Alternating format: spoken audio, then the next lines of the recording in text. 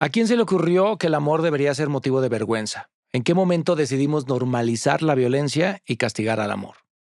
Hoy vamos a hablar del amor a colores, del amor de la comunidad LGBT, porque hoy es martes, martes de mártires. Martes de Mártires es un podcast asociado al musical Siete veces Adiós, en donde consultamos y analizamos, junto a diversos expertos en psicología, psiquiatría y neurología, todo lo que pasa con nosotros cuando el amor nos llega o se va. Hola a todos, yo soy Alan Estrada y esto es Martes de Mártires, un podcast asociado a Siete veces Adiós, un musical hecho con el corazón roto. Y en Siete veces Adiós, que se presenta de jueves a domingo en el Teatro Ramiro Jiménez, los jueves tenemos una versión que es la versión él y él. Normalmente de viernes a sábado tenemos la versión él y ella y los jueves tenemos la versión él y él. Yo no diría que es una versión LGBT porque habla de una historia de amor entre dos hombres, es decir, una historia de amor gay. Y para mí era muy importante contar esta historia porque al principio, en Siete veces Adiós, el amor dice, los llamaremos él y ella, pero bien podrían ser él y él, ella y ella, o ellas. El amor al final nos abraza a todos y es algo que todos compartimos, no importa tu color de piel, tu género, tu identidad, tu orientación, todos nos enamoramos o al menos tenemos la capacidad de hacerlo. Y es muy importante para mí esa historia porque además de que cuenta el amor entre iguales, yo siempre mi sueño es que ese teatro esté lleno, no solo de gente de la comunidad, sino también de muchos heterosexuales, porque he pensado cómo podemos hacer que nuestras historias sean también relevantes para la gente que no es parte de la comunidad. Y siento que sacando del nicho podemos llegar a ese lugar en el que las historias de todos importen. Entonces hoy vamos a hablar, les vamos a resolver todas las dudas que tengan que mandar los mártires respecto a cómo amamos la gente que pertenecemos a la comunidad LGBT. Y tengo un invitadazo, Ángel Candia, terapeuta sexual, consultor, podcastero, ¿se puede decir? Sí. ¿Qué más haces? ¿Lavas ajeno? Lavo ajeno. Tengo muchas cosas. No, pero qué bueno que haces Cosas. mucho porque Muchas hay cosas bonitas. muchas dudas. Oye, Ángel, fíjate que cuando empezamos Siete veces Adiós, la versión él y él, Ujú. Salvador y yo hicimos como muchos planes de cómo contar la historia. Y algo que coincidíamos, Salvador y yo y todo el equipo, es no irnos al cliché de lo que es una historia de amor entre dos hombres, ¿no? Ujú. Entonces eliminamos todo lo que tenía que ver con enfermedades, todo lo que tuviera que ver con drogas, y simplemente, para la gente que no la ha visto, el monstruo, de hecho, el enemigo o el conflicto, está fuera de la relación y es Ujú. como lo complicado que es amar siendo parte de la comunidad en nuestra comunidad, pero en varias, ahora sí que cambia mucho el contexto. ¿Tú cuál crees que sea, dentro de todos los mitos y prejuicios que hay respecto al amor LGBT, el más equivocado? Híjole, a ver, está complicada la pregunta porque una de las cosas que a mí no me gusta mucho hacer y justo intentamos como tratar de romper con estos estereotipos es tratar de volver a encasillar en qué es lo que es, qué es lo que o cómo se tendría que ver estas relaciones. Yo te diría que quizás los mitos o uno de los mitos más importantes podría ser el hecho de que las personas LGBT o no sabemos relacionarnos o sobre todo, es más, me echo para atrás. Quizás esta idea de que no merecemos estar con alguien o que nuestro amor no es válido. Y digo mito porque muchas de la sociedad se ha construido de tal forma que solo valida un tipo muy específico de relación. Y por lo tanto, cualquier persona, incluso las personas heterosexuales, que se salgan de ese tipo de relación, invalidan su amor. Entonces, quizás ya tratando de parafrasear bien, creo que diría que uno de los mitos más grandes es que las personas LGBT no merecemos amar o no merecemos ser amadas. Y eso es algo que como persona, un hombre gay, me ha atravesado y las personas que he visto en consulta muchas veces pasan por eso. Creemos o la sociedad nos ha hecho creer que no merecemos el tener una relación bonita, una relación que nos haga felices. ¿Y a qué crees que se deba esto? Es decir, sería una mezcla de factores culturales, educativos.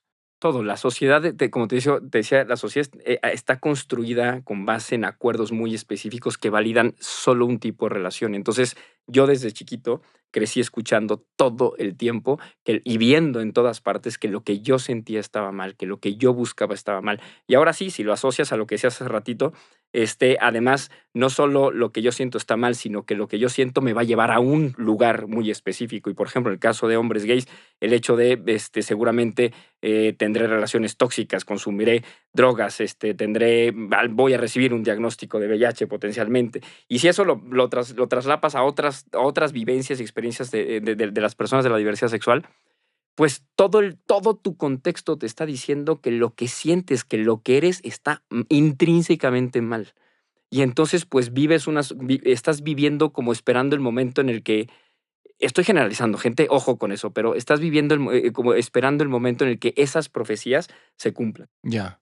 Hay algo que uno de los monólogos de uno de los personajes habla justo de eso, de algo que le dice su madre en un momento y dice, básicamente vivo mi vida con el miedo de que eso suceda. Ujú. No les voy a spoilear para que la vayan a ver, pero sí creo y comparto mucho de lo que tú dices de cómo la sociedad está diseñada, pero entonces creo que hay un eslabón de conexión, porque mm, creo en todo, o sea, así que todos mis años de vida, siempre he tratado de entender cómo podemos conectar independientemente de las diferencias entre orientaciones sexuales, entre gustos, identidades, con todos.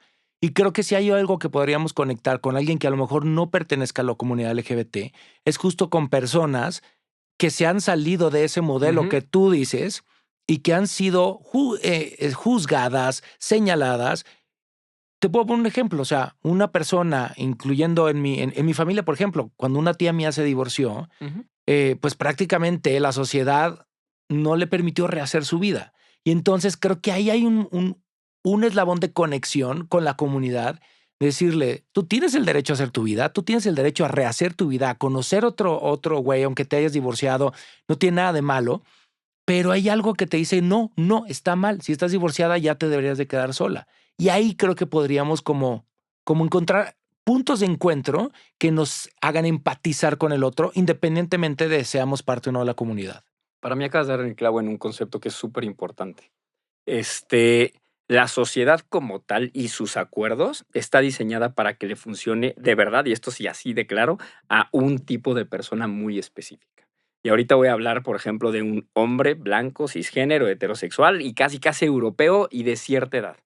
Todos sus acuerdos están diseñados para eso. Y esto a lo que da luz es que la inmensa mayoría de las personas no nos vemos así. ¿Mm? Nuestras historias no son así, y sin embargo el sistema está diseñado para que le funcione así. Entonces, partiendo de lo que dices es, a ver, si yo mucho de las pláticas que doy cuando voy a empresas o a lugares, trato de que la gente resignifique un poco el significado de la empatía. Y déjame, me expando un poquito en esto. La empatía le hemos hecho creer que es la forma o la pretensión de ponernos en los zapatos de alguien más siempre. Ujú. Y Esa es eso, como la descripción de cajón. como la hemos descrito siempre. Ujú. Pero eso es imposible. Yo no me puedo poner en tus zapatos, tú no te puedes poner en los míos, yo no me puedo poner los zapatos de mi mamá, no me podría poner los zapatos de un hermano gemelo si lo tuviera. Es imposible. Como sí puedo entender la empatía, es reconocer que todas las personas que formamos parte de una sociedad, en algún momento la sociedad y sus acuerdos nos ha fallado de alguna forma. Que si porque Ujú. soy mujer y no puedo caminar libre y segura por las calles, que si porque a lo mejor me atraviesa un tema de clase, por cómo me veo, por si tengo tatuajes, por con quién o cómo me vinculo, algo de los acuerdos de la sociedad me ha puesto en algún lugar de vulnerabilidad. Entonces, por ejemplo, en mi caso, yo al ser un hombre gay, crecí en una familia muy católica, muy conservadora en San Luis Potosí. Cuando mis papás se enteran que yo soy gay, me corren de la casa a los 16 años. Entonces yo puedo agarrar eso, que no está padre, que no fue justo, que no está cool que me No. pase, y quizás conectar con una persona que que a lo mejor es una mujer, que a mí en mi vida me ha pasado por aquí el hecho de que a lo mejor tengo que pensar si traigo tacones o tenis, porque tengo que salir corriendo, porque alguien me da hecho un piropo. Eso no me atraviesa, yo no lo veo, no alcanzo a verlo. Y desde ahí conectar. Entonces, retomando esto que dices, es claro, gente, démonos cuenta de que la sociedad no nos funciona parejo a la mayoría de las personas. Entonces, tú no necesitas entender mi realidad para empatizar con ella, porque a ti ya también te falló la sociedad. Entonces, lejos, perdón que me extienda, pero un pasito más para allá, es la empatía entendida así, como el conectar desde lugares que nos vulneran, nos lleva a un lugar mucho más bonito que es la compasión. Y la compasión también habría que resignificarla porque no es lástima. Ya. La compasión es acompañar aún sin entender. Yo no tengo que entender por qué estás pasando para validar tu proceso y acompañarte, estar dispuesta o dispuesto a acompañarte. Entonces, si lo vemos desde esta óptica, pues claro, a nadie nos va, o sea, no nos funcionan los acuerdos. Ahí está el punto de conexión. Si a ti no te ha jalado y a mí tampoco, pues modifiquemos el acuerdo. Que es básicamente lo que muchas parejas están replanteando hoy en día, ¿no? Como el replantear los acuerdos que nos dijeron que teníamos que tener y que afortunadamente hay mucha gente que ya está haciendo las cosas diferentes. Hablando de lo que mencionaba, yo le pregunté en el Instagram de 7 veces a Dios, le preguntamos a la gente, les hicimos 3 preguntas. Ujú. La primera es obviamente saber cuál era su orientación sexual. Por espacio nos limitamos y pusimos heterosexual, gay, bisexual, pansexual o asexual. El 57% respondió que heterosexual. Ok. El 24% respondió que se identificaban como que su orientación era homosexual, el 18% bisexual y pansexual y el 1% asexual, ¿no? Ok. Pero luego les pregunté si en algún momento habían sentido atracción por su mismo género Ujú. y el 61% dijo que sí. Buenísimo. Entonces, creo que también en esta nueva educación que está existiendo, porque yo supongo en los tuyos, en nuestros tiempos nadie nos hablaba de esto, ¿no? O No. sea, al final el homosexual era el jotillo que pasaba por ahí, lo veías de manera despectiva y era como una persona gay estaba destinada al ostracismo, a vivir una vida lejos de todos. Y ahora, afortunadamente, hay muchísimas más referencias. Pero hay una pregunta que alguien hizo de si en algún momento en mi vida yo siento atracción por una persona de mi mismo sexo y mismo género, y eso ya modifica mi orientación. Está súper interesante. Déjame, voy primero con la primera, o sea, ¿por qué, las respuestas son distintas y van cambiando? Y luego te atiendo esa pregunta. El hecho de cómo hoy, por ejemplo, si hay encuestas muy interesantes que le preguntan a las personas, oye, ¿te identificas como parte de la diversidad sexual, sí o no? Si le preguntas a generaciones mayores, la mayoría te va a decir que no. Y si te acercas a generaciones jóvenes, cada vez más personas se asumen como parte de la diversidad sexual. Y eso tiene que ver con que tenemos referentes. Y que ya hay historias como la mía que se están contando. Entonces ya sé que lo que estoy sintiendo tiene un nombre. Y entonces lo puedo nombrar, ¿no? Y eso está bien bonito. Respondiendo a esto, a esa preocupación en específico es si alguien se ha sentido atracción o incluso, no solo atracción, esa atracción la llevaste a una conducta, tuviste encuentros sexuales, por ejemplo, con una persona de tu misma identidad o del mismo sexo, te cambia o modifica tu orientación, la respuesta es respóndetelo tú. Y déjame, no quiero ser tan brusco en eso, pero las etiquetas, lo LGBTIQA+, están ahí no para nombrar a las personas, sino para que yo pueda contarte mi historia. Es decir, me sirve como yo le llamo como una suerte de tianguis de etiquetas, ¿no? Es decir, hoy yo, Ángel, tengo una palabra, por ejemplo, la palabra gay, para yo poderte contar a ti quién soy y a ti como representante de la sociedad. Entonces, las etiquetas no nos encajonan, sino que nos permiten poder contar nuestra historia. Entonces, la pregunta a esta persona sería decirle, oye, a ver, ¿sentiste algo más? ¿Cómo te sientes más cómoda o cómodo nombrándote hoy? Pero no por la necesidad o urgencia que tengamos de etiquetarnos, sino de que puedas encontrar la forma de contar tu historia. Y así es como yo lo entendería. Entonces, y ojo, eso en este caso pasó, pero pensemos tú y yo en nuestra historia de vida. Hoy yo no soy para nada la persona que era hace 20 años, ayer, Claro. ni la que voy a ser mañana, ¿sabes? Y entonces a lo largo de mi vida voy encontrando las palabras que me ayudan a ir contando mi historia. Yo hasta hoy me he asumido como un hombre homosexual y punto. No he tenido prácticas sexuales o vínculos afectivos con mujeres, pero eso no quiere decir que nunca vaya a pasar. Y si pasa, Nunca sabes. nunca sé. Y si pasa, a lo mejor seré bisexual, pues no sé, tendré que definirlo y encontrarme conmigo mismo en ese momento. Lo bonito de esto es que tengo una palabra por ahí para que si me hace sentido, pueda contar mi historia. Ay, qué bonito. Me encantó, me encantó. Me gustó muchísimo eso. Fíjate que ahorita que hablabas, este tema de justo mi interés en que historias como la de 7 veces a Dios él y él, o en general las historias LGBT en la ficción, sobre todo que es lo que puede llegar a la masa, sean vistas, consumidas, gustadas por todo tipo de público, me parece que a veces sí perdemos esta conexión que podemos tener. Y yo siento, porque aunque salí del closet públicamente hace poco más de un año, pues siempre he estado como muy activo en redes y siempre me, me, me involucré en estos temas. Nunca fue algo a lo que no me involucrara, pero siempre he visto de parte de cierto sector de gente heterosexual como muchos señalamientos hacia el victimismo de la comunidad LGBT. Y yo creo que la comunidad LGBT, por supuesto que en distintos grados hemos sido víctimas de muchas cosas. Pero eso no quita que la comunidad hetero también ha sido víctima de otras cosas con las cuales podríamos conectar y tener ahí esa compasión y esa empatía. ¿Tú qué crees que sea algo con lo que la comunidad LGBT vivimos específicamente en la manera de relacionarnos sexoafectivamente que podría conectar, que es diferente a los heterosexuales, pero que podría ser una conexión de, mira, nosotros, no sé, vamos por la calle y tenemos que voltear antes de agarrar la mano a nuestra pareja. Eso tú no lo vives, pero vives esta otra cosa con la cual te podrías sentir algo similar, no sé. Está bien interesante porque ve, a ver, mejor te la respondo directo. Esto que pusiste ahorita, un ejemplo de yo cada vez que le doy la mano a mi pareja tengo que evaluar el riesgo de hacerlo, ¿no? No, si es seguro, si estoy en un espacio seguro, si me va a voltear a ver alguna señora o un señor y me va a reclamar que por qué lo hago en un espacio público, hasta potencialmente recibir violencia física, ¿no? Incluso en un país como el nuestro me puede costar la vida. ¿Con qué podría conectar un par mío en términos, desde su vivencia heterosexual? A lo mejor no es tan obvio, pero puede serlo. Hemos normalizado profundamente los encargos de la masculinidad.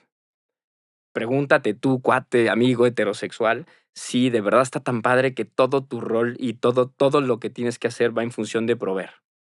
Si está tan padre que te hayan enseñado a que si alguien se empieza a agarrar a trancazos por ahí, tú tienes que salir a defender y poner tu integridad física de por medio. Está tan padre que te hayan dicho desde chiquito que los hombres no lloramos. Y eso, ¿y qué emoción se te permitió? El enojo, ¿no? Y entonces, porque los hombres, si nos enojamos, nos vemos más bonitos. Claro. Ahí sí. La ira, bienvenida. Venga. Y entonces, ¿qué pasa? Si estás enojado, estás requete emputado. Si estás triste, te enojas. Si estás contento, en mi caso, no entiendo qué está pasando y me enojo un poquito. ¿A qué voy con esto? Estos acuerdos a todas las personas nos atraviesan de manera distinta. Obviamente, tenemos que reconocer que hay unos que nos ponen a unas personas en mayor situación de vulnerabilidad que a otras, pero no son las olimpiadas de a quién le va peor. Claro. Sino reconocer que no está padre el sistema. Entonces, a ti te ponen en un lugar, a mí me ponen en otro, a ti... A ver, y así como mi vida puede estar en riesgo porque le di la mano a mi pareja, ojo, trabajé con una empresa que tenían puros hombres en un sector específico que trabajaban en campo. Y de pronto estaban tratando de contratar talento femenino. Entonces tenían como 4 mujeres y 20 hombres. Resulta que en una zona de ese campo era profundamente violenta. Entonces empezaron a haber crimen y empezaron a matar a los hombres, a las personas que estaban ahí. Era como un triángulo, ya sabes, como zonas rojas en el país. Y de repente esta empresa dice, las mujeres ya no van para allá. Y voltean los hombres y me dicen, ¿y yo por qué sí, güey? Soy carne de cañón. Mi vida, sí puedes prescindir de mi vida. La postura de la empresa debe haber sido, nadie vuelve a pararse en ese triángulo. Entonces, velo desde ese lugar. Estos encargos de la masculinidad te ponen en riesgo. Entonces, sí puedes conectar. No está padre que te digan, oye, a las mujeres las sentamos aquí y tú, hombre, ve y pues agárrate a los putos a ver cómo te va. Fíjate, concuerdo mucho y también creo que este cuestionamiento que de cierta manera nos obliga, por ser parte de la comunidad, al replantear y cuestionar las estructuras, digamos que heteronormadas de las formas de amar, pues nosotros nos las tenemos que cuestionar en automático, ¿no? Porque amamos diferente. Pero siento que ahora ese cuestionamiento está también sanamente colándose en la gente heterosexual. Entonces hay gente que desde hace años, pero hoy más, empiezan a cuestionarse, ok, yo no quiero la estructura que me dijeron que tenía que tener. Yo no me quiero casar. No me quiero tener hijos, o sí quiero tener hijos, pero no me quiero casar, o solamente quiero vivir con mi pareja, o qué o yo quiero ser poliamoroso, o la monogamia no va conmigo, quiero abrir mi relación. Y esas estructuras que se empiezan a romper, creo, no, digo, sería muy atrevido de mi parte decir que iniciaron gracias a la comunidad LGBT, pero creo que sí puede haber una mirada a decir, mira, allá lo están haciendo diferente y a veces funciona, a veces no, como es el amor. A veces funciona, a veces no. Pero ese cuestionamiento es una invitación y ahí podemos también reconectar. Es decir, nosotros nos cuestionamos, tú también cuestiónate. ¿Qué te acomoda? Que es lo mismo que hablabas de los acuerdos. Sí, y por ejemplo, retomando lo que se hace antes, en la pregunta anterior, es quizás una forma en la que te puedes tú, cuate o chava heterosexual, cuestionar cómo puedes empatizar conmigo es, pregúntate si en algún momento dijiste, güey, yo no quiero ser papá, no quiero ser mamá. ¿Cuántas veces en en las cenas de Navidad te preguntan, ¿y el novio para cuándo, güey? Esas violencias no están padres. Entonces, sí, en efecto, nuestra mera existencia, Alan, la tuya, la mía y la de las personas LGBT, nos hace cuestionarnos y cuestionar, por lo tanto, el contexto en el que nos modificamos y poco a poco vamos navegando en esta sociedad haciendo o intentarlo hacer, porque no siempre lo logramos con éxito, replantear nuestros propios términos y jugar el partido en nuestros propios términos. Hoy, no sé si coincido contigo, no sé si es gracias o no a la comunidad LGBT, pero por supuesto habrá un elemento que ayude. El hecho de que las personas a lo mejor hetero puedan voltear y decir, a ver, hay otras formas de hacer las cosas. Y cualquier persona, institución, familia, lo que sea, que te diga que solo hay una, te está violentando, compa. O sea, si tú no tienes la libertad plena de elegir quién carajos quieres ser, alguien más está tomando la decisión por ti. Y el problema es que ese alguien más es invisible. Porque los acuerdos con los que hoy nos regimos, quién sabe cuándo se tomaron, con qué razones o por qué razones ¿Y en qué y en contexto? qué contexto, cabrón. Entonces, estamos guiando nuestras vidas en función de un acuerdo que tomó quién sabe cuándo y con quién sabe qué interés. El interés, sí te lo puedo decir, controlar.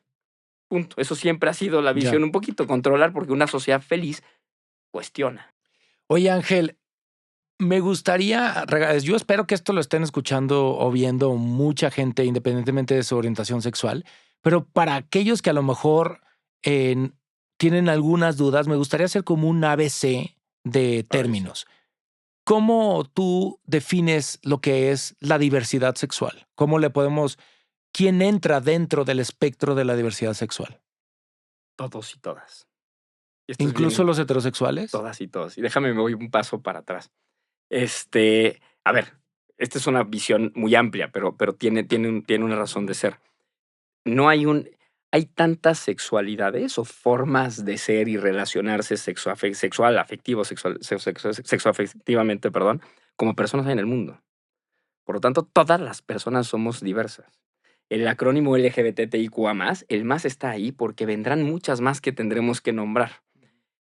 Y veremos encontrar la forma de nombrarlas. Entonces, la respuesta rápida es todas las personas. Tú que me estás escuchando, no importa cómo te identifiques, cómo te vincules, eres parte de la diversidad sexual. Ahora, el tema es que históricamente han habido ciertas formas de ser, de existir, de relacionarse, que han sido invisibilizadas y puestas en un cajón. Y por eso ha sido importante empezar a nombrarlas. Ojo, y esto sí, gente, que quede súper claro, no porque lo que no se nombra no existe. Lo que se nombra, aunque no lo nombres, existo, aquí estoy, las mujeres trans existen, ahí están, existimos. Pero lo que no se nombra no se ve, y lo que no se ve no se valora, y lo que no se valora no se reconoce, y lo que no se reconoce ni siquiera no es sujeto de derechos. Entonces, así nace el acrónimo LGBT. Por eso es importante, porque te quiero ver, estoy dispuesta a verte. La definición básica de diversidad sexual tendría que ser esa.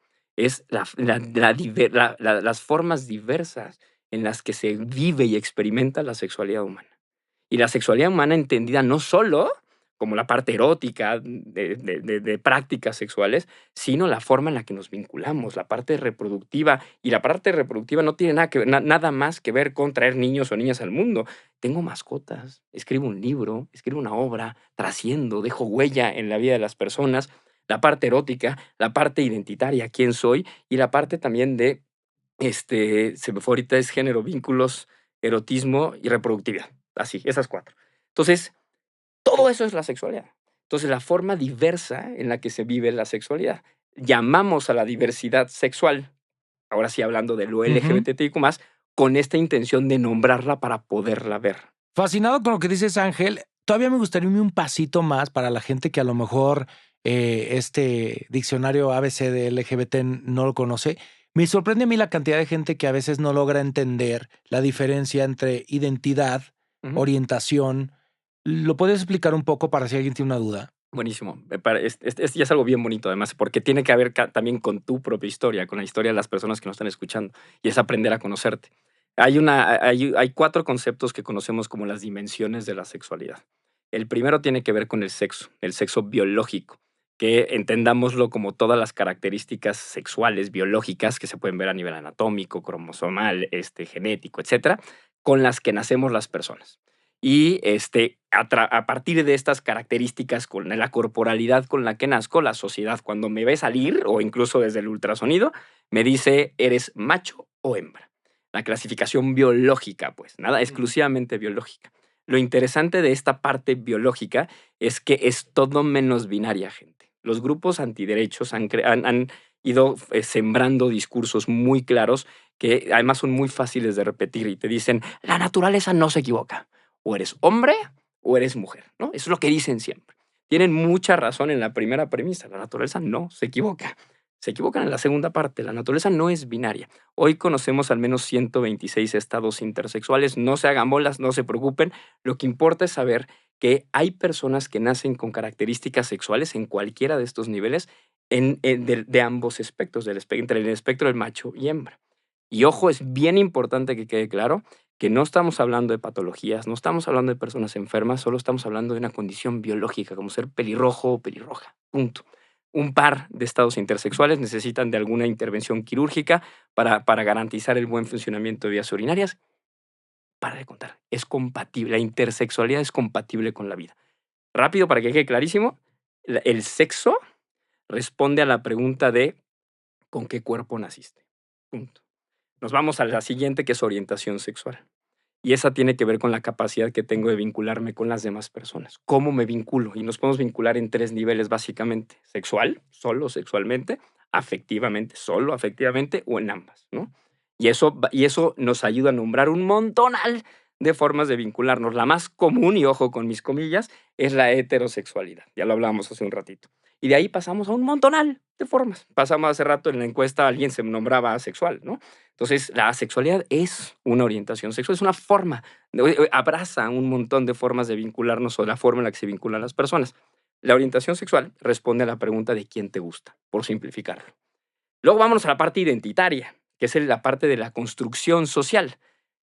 Nazco, salgo de la panza de mi mamá, tengo un pene y me llaman macho. Pero después, en función de eso, me otorgan una identidad y me llaman hombre. Y con el hombre, un montón de roles, expectativas y encargos. El hombre se ve así, hace esto, no llora, todo lo que hablamos hace un ratito. Hoy, la sociedad en la que nos tocó vivir a ti y a mí en este tiempo y espacio determinado reconoce 2 identidades. La identidad masculina y la identidad femenina. Pero como varía en tiempo y espacio, como se trata de acuerdos sociales, pues no nos tenemos que ir muy lejos, nos podemos ir a Oaxaca y hay comunidades indígenas en Oaxaca que reconocen la identidad de hombre, la de mujer y una tercera identidad que son las personas muxes, que tienen sus propios encargos, sus propias expectativas y roles. En la India también. En la India también, en la Patagonia también, en Canadá están las personas de doble espíritu. Se trata de acuerdos. De hecho, el binarismo que nos tocó vivir a ti y a mí es el resultado de la conquista. El México prehispánico no era binario. La mayor parte de las deidades prehispánicas en México eran deidades no binarias. Este binarismo que conocemos es el resultado de la conquista, para dejarlo un poco claro. Pero, ¿a qué responde la parte identitaria? A quién soy. Entonces, sexo, ¿con qué corporalidad? Orientación, quién me gusta. Identidad, quién soy. Y la última dimensión de la sexualidad es la expresión de género, que también está delimitada por acuerdos sociales. ¿Cómo se ve un hombre? ¿Cómo se ve una mujer? Y responde rápido a la pregunta de cómo me presento al mundo. Pero tan está delimitado por acuerdos sociales que también cambia en tiempo y espacio. Claro. Y piensa cómo piense gente, cómo se representaba la masculinidad hace 300 años. Y nos echamos rápido un clavado a cualquier retrato de los Luises de Francia y te vas a encontrar que con peluca, con maquillaje y con tacones. Y vestidos, es decir, vestidos. Exacto. Hoy te vistes así, te dirían que eres un drag queen o algo así. Claro. O no nos vayamos a 300 años, vamos a Escocia. Y la masculinidad se representa con una falda. los acuerdos cambian. Y por eso es súper importante ponerlos en perspectiva, porque cuando no nos damos cuenta que son acuerdos y los relacionamos con naturaleza, entonces no los cuestionamos y los queremos imponer. Entonces, rápido, el ABC va de ahí. Es sexo, orientación, identidad y expresión. ¿Y por qué es correcto? Porque no es correcto decir preferencia sexual y debe decirse orientación sexual. Porque veo que mucha gente dice preferencia. Es súper importante. No tiene nada que ver con semántica. Es decir, no es indistinto. Tenemos que usarlo y entender por qué lo usamos. La orientación sexual habla de la capacidad que tengo de vincularme con las y los demás. La preferencia sexual tiene que ver con prácticas sexuales. O sea, básicamente, la orientación sexual es que te guste un vato y la preferencia es que quieres que el vato te ahorque. Así, güey. Gracias, Sí. gracias por decirlo tú. Ok. Así. El Kama Sutra. Ok, ¿Qué ok. posición te gusta? ¿En dónde te gusta? ¿En el coche, en el parque, en la cama? O te gustan a lo mejor chaparritos, o te gustan güeritos, no sé. Esa Sí. es preferencia. ¿Y por qué importa? Porque cuando hablamos de preferencia, se asume que es algo que prefieres, es decir, eliges.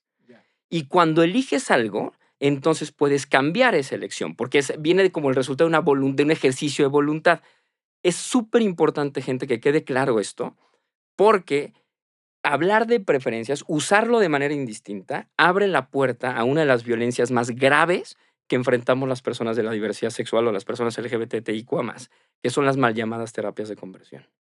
Se asume que si puedes cambiar, te convierto. Y digo mal llamadas porque ni son terapéuticas ni hay conversión. Y muy por el contrario, son profundamente violentas y atentan contra la integridad de las personas, la salud física y mental y a veces la vida de las personas LGBT. Entonces, hoy, por favor, si algo te vas a llevar de este momento es nunca más confundir orientación con preferencia, porque de verdad abre la puerta a una violencia muy cruel, muy injusta y que además normalmente se ejerce cuando estamos muy chavitas, muy chavitos, muy chavitas. Y para sumarle a todo esto que está increíble lo que has dicho, Ángel, creo que sobre todo ahora en la época de redes sociales donde tenemos tanta alimentación y tanta información y desinformación, hay mucha gente que todo lo que acabas de decir le pareciera lo que o ellos lo llaman adoctrinamiento. Es decir, todo eso, lo que la gente llama equivocadamente ideología de género.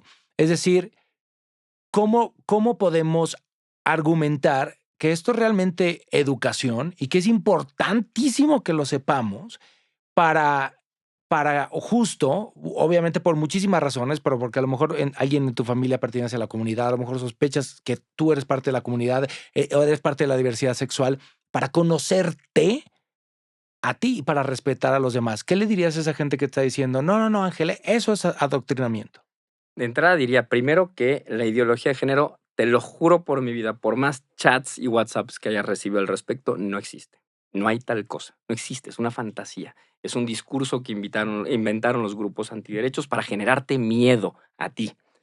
La segunda es este supuesto adoctrinamiento. El adoctrinamiento lo que busca es que todas las personas seamos iguales. Es lo que busca, que tú y yo pensemos igual. La propuesta que hay sobre la mesa es totalmente distinta. Es sé tú, sé libre, sé diversa, sé diverso. Es déjame ser. Lejos de imponer una forma de ser, es vamos a generar un contexto tan seguro que tú, hombre heterosexual, o yo, hombre homosexual, podamos ser nuestra mejor versión siempre. O no, déjate nuestra mejor versión para no romantizar, nuestra versión, la que se nos dé la gana. Entonces, eso contradice de entrada, por definición, lo que es adoctrinamiento.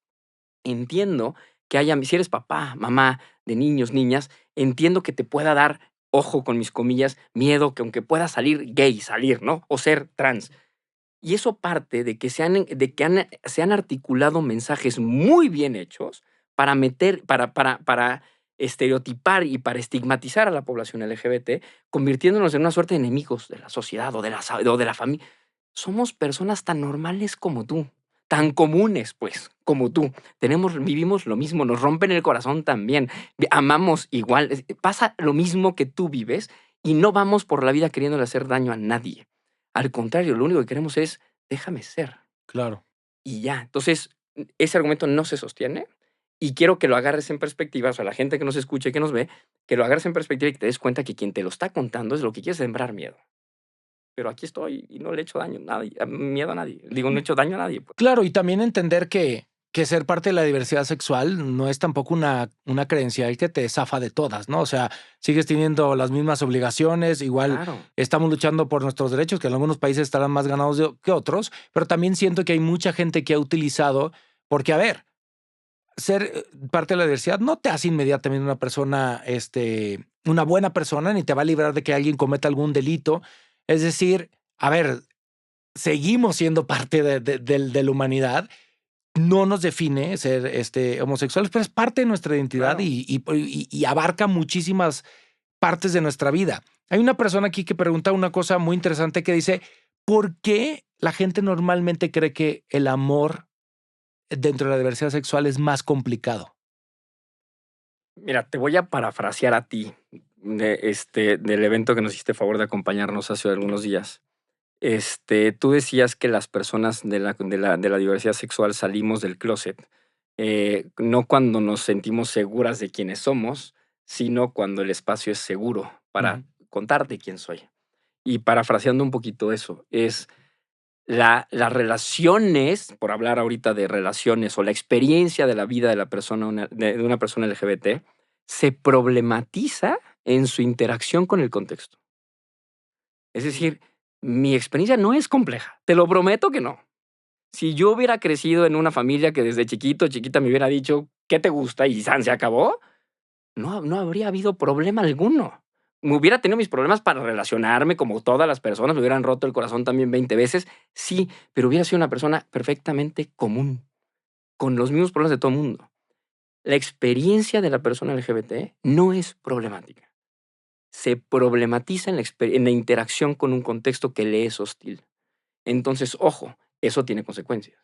Porque si yo no te puedo dar la mano en la calle porque me da miedo, eso impacta en la forma en la que me relaciono contigo. Por supuesto. Si tú no me puedes presentar con tu familia y yo sí con la mía, eso impacta en mi relación contigo. Claro. Entonces, claro, obvio, a ver, podríamos hablar de que si dos hombres pueden reproducir ciertos patrones que no reproducirán hombres y mujeres. Sí, pero eso no es el core del asunto. Se vuelve, entre comillas, más complejo porque el contexto me jode. Claro. No porque yo sea complejo. Y porque, ojo, el contexto no solo me jode en este precisísimo momento, sino porque traigo una historia de vida atrás. Claro. Yo he aprendido, y seguramente tú y la mayoría de las personas LGBT que nos escuchan ahorita, hemos aprendido, y esto sí lo digo, y lo digo con mucho dolor, un poquito a sobrevivir. Y eso nos hace, nos impacta y nos atrae, o sea, nos forja una identidad muy compleja, pero compleja no mala, solo compleja. Y también tiene implicaciones en la forma en la que hay lo parafraseo ahorita, hay una frase, de hecho la tengo tatuada aquí en el corazón, porque creo que tiene que ver con todo lo que soy, y es que ser una persona LGBT o ser es resistir. Nos la pasamos resistiendo. Ojo, y no me estoy victimizando, gente, solo estoy tratando de poner en el sentido de que mi existencia implica resistencia. Sí. Entonces, claro que eso me atraviesa y claro que me pone en un lugar determinado frente al contexto. Entonces, no somos más complejos, complejas, complejes. Es problemática la experiencia cuando el contexto es hostil. Yo sumo a lo que dirías desde mi experiencia, que hay a lo mejor esta concepción equivocada de que alguien de la comunidad LGBT va a sufrir, va a tener una vida difícil, pero esta concepción de que uno en el momento en el que te das cuenta yo por ejemplo, cuando me di cuenta que era gay, mi conflicto es entender que mi entorno no era un entorno seguro para mí. Exacto. Entonces es como, para poner una analogía, es como darte cuenta un día de que te encanta nadar, pero la alberca está llena de vidrios. Exacto. Y entonces dices, yo me quiero aventar ahí, pero sé que me va a lastimar. Entonces es como el meme, ¿no? De mi hijo, es que yo no quiero que seas gay. ¿Por qué? Porque vas a sufrir mucho. ¿Y por qué voy a sufrir mucho? Pues por nosotros. Y justo en 7 veces a Dios se trata ese tema de cómo la sociedad o el entorno afecta las relaciones homosexuales y las conflictúa más allá de los conflictos normales que tiene una pareja. Exacto. Hay una escena en la que uno de ellos dibuja y está dibujando a su hermana y el otro voltea y le dice, ¿es tu hermana? Dijo, sí, me pidió que le hiciera un dibujo de su boda. Y el otro contesta, me habría encantado ir a esa boda. Y esta es una temática y problemática gay muy común.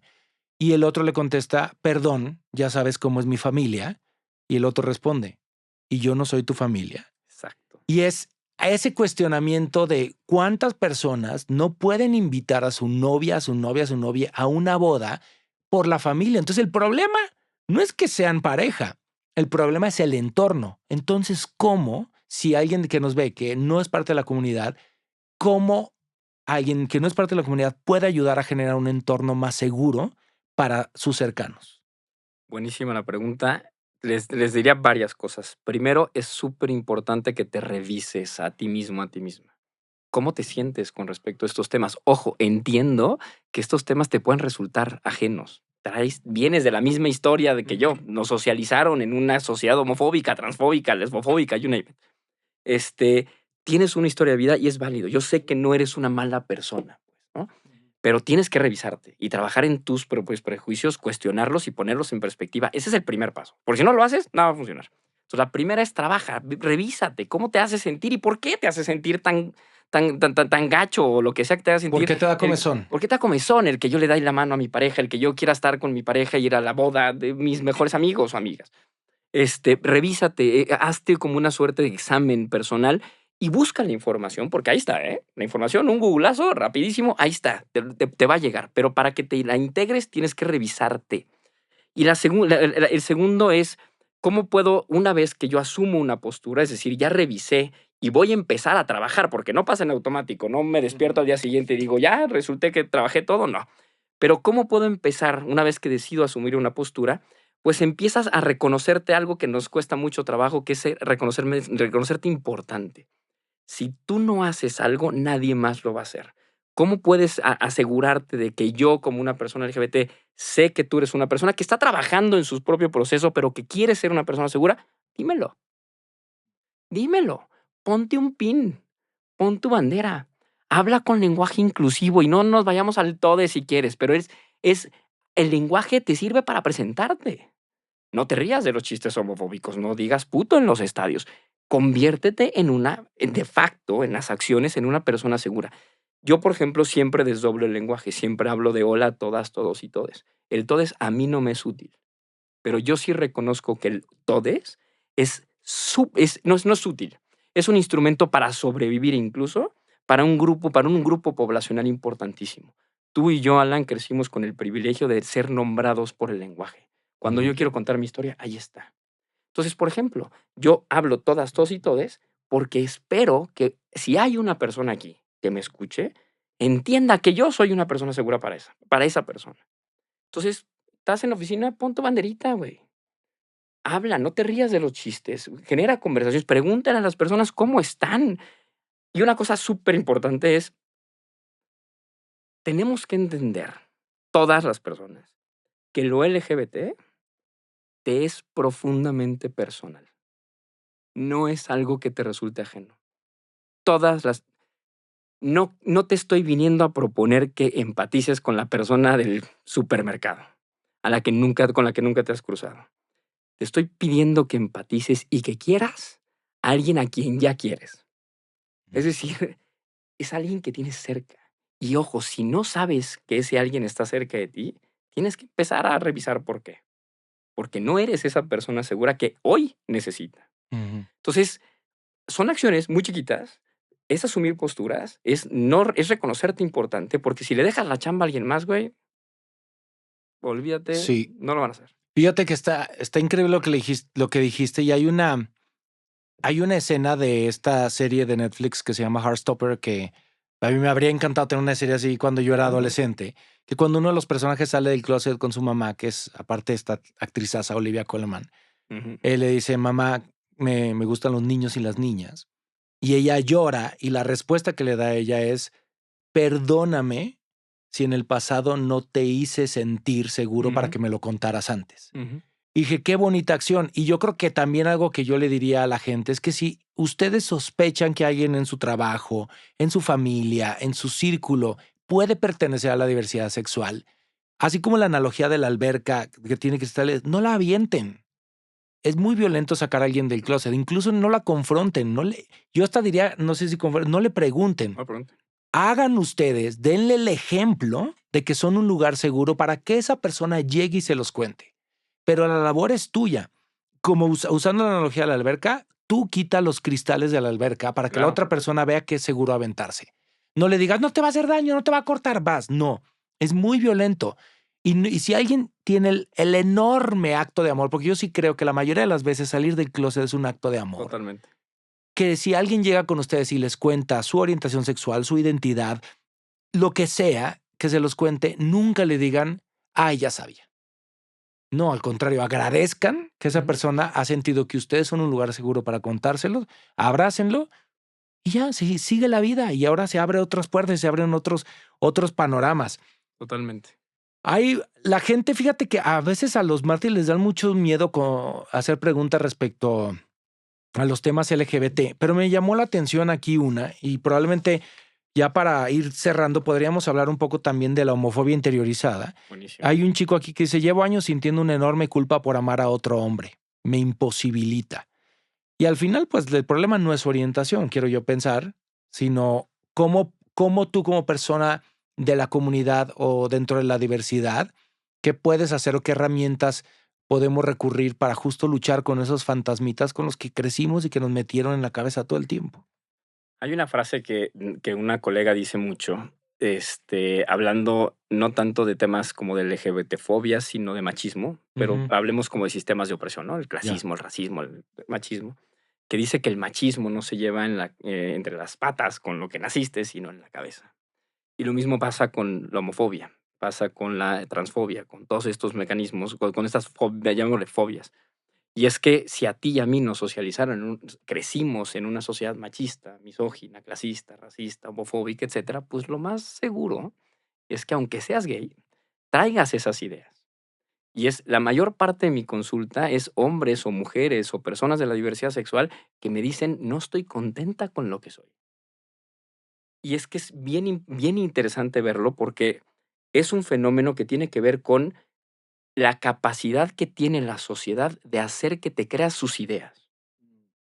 Y entonces el trabajo terapéutico que yo hago es que identifiquemos si esos pensamientos de culpa, de vergüenza, de miedo incluso, son realmente míos o son de afuera.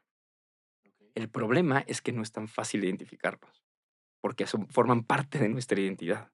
Yo hasta hace muy poco tiempo, Alan, de verdad, yo era una persona, aunque era abiertamente homosexual, era profundamente homofóbico. Y lo era porque para mí, cuando me corren de mi casa a los 16 años por ser un hombre gay, yo veía, por ejemplo, un hombre afeminado y decía, es que por tu culpa me corrieron, cabrón. Sentía muchísimo coraje, porque mi papá, cuando me corrió, me dijo eso, putos en mi casa no. Y para mí el puto era eso. Entonces yo he tenido que trabajar, pasar mi propio proceso para sacarme esas ideas. Ahora, yo la tuve bien porque yo nunca me sentí mal conmigo mismo. Pero muchísimas personas, como la persona que nos preguntó esto, claro que crecen con culpa, claro que crecen con un montón de ideas, pero sí te lo digo, si escuchas este episodio, tú que mandaste esta pregunta, el problema no eres tú. El problema es la sociedad y sus ideas.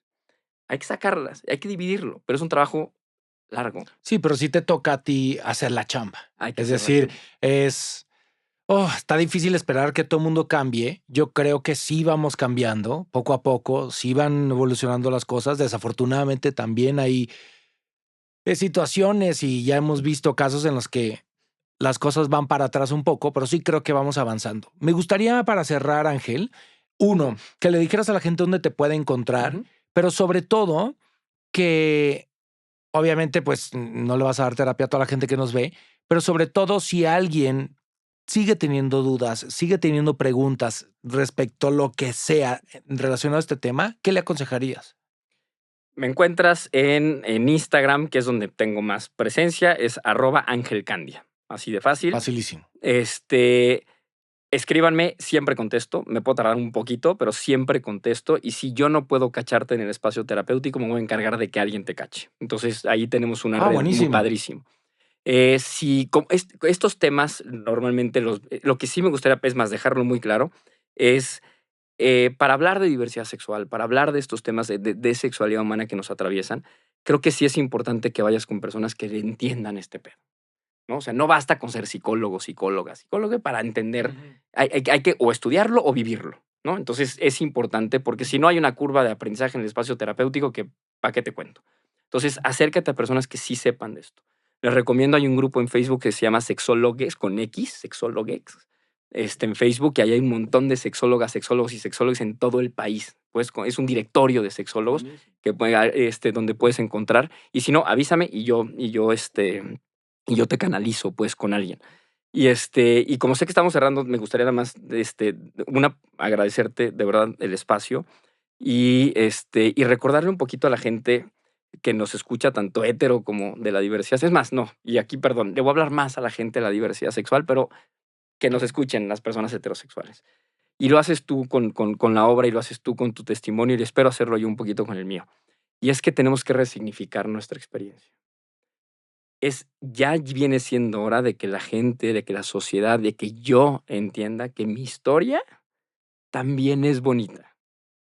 Y no solo es bonita, sino que también es digna de contarse. Y que mi historia, además de ser digna de contarse, también es digna de celebrarse. Y yo me imagino, espero no un mundo muy utópico, un camino en el que de verdad un día lleguemos a la conclusión de que las vidas LGBT, las vidas en general, todas sean celebradas. No hablar de tolerancia, incluso no hablar de respeto. Hay que hablar de celebración. Me puedes caer fatal, güey, pero celebro que estés aquí y que existas. Y eso es algo a lo que deberíamos de aspirar como personas y como comunidad. Y te lo juro que cierro con esto. Yo estoy hoy parado aquí, sentado, en un montón de te quieros. Y este es como el instrumento más grande que le quiero dar a las personas heterosexuales. Puedes no comprender mi historia, puedes no entenderla, puedes incluso decir, güey, what the fuck, ¿qué pasa con esto? Pero te lo digo con profunda convicción, un te quiero salva vidas. Primero di te quiero y después entendemos de qué va este pedo. A mí me salvaron la vida un montón de te quieros. Mi directora de prepa, cuando me cachó, la persona que me dio un espacio en su casa y le echó agua a los frijoles para que yo no terminara en situación de calle. El te quiero de mi papá cuando llegó y el te quiero de mi mamá cuando llegó, porque llegó. Y el te quiero de mis hermanas. Hoy estoy sentado en un montón de te quieros. Asegúrense de que le digan a las personas LGBT que tengan a su lado te quiero. Y después entendemos de qué va todo este pedo. Qué bonito. Básicamente el amor salva vidas. Así es. Pues gracias, Ángel, de verdad ha sido un enorme placer, me encantó. Y vayan a ver 7 veces a Dios. Específicamente, después de ver este episodio, vayan a ver la versión Él y Él. Me parece que, como bien dijiste, Ángel, nuestras historias cuentan.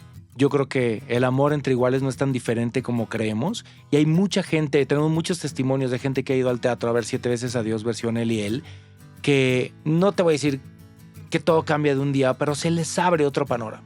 Empieza a entender ciertas cosas, se sensibilizan de otras formas y además, o dicen, qué bonito es el amor en todas sus presentaciones, qué bonito, pero vayan, celebren y a través de la ficción podemos también tener mucha, no sé si educación, pero sí mucho entendimiento y representación de historias que a lo mejor no necesariamente nos representan, pero otras personas sí. Así que gracias por eso. Vayan al teatro a ver 7 veces a Dios. En 7vecesadios.com encuentran los boletos, las fechas de gira y las fechas aquí en la Ciudad de México. Y arroba 7 veces a Dios en las redes sociales. Escríbanos el martes de Mártires también para saber de qué temas quieren hablar. Ha sido un placer, Ángel. Gracias a todos.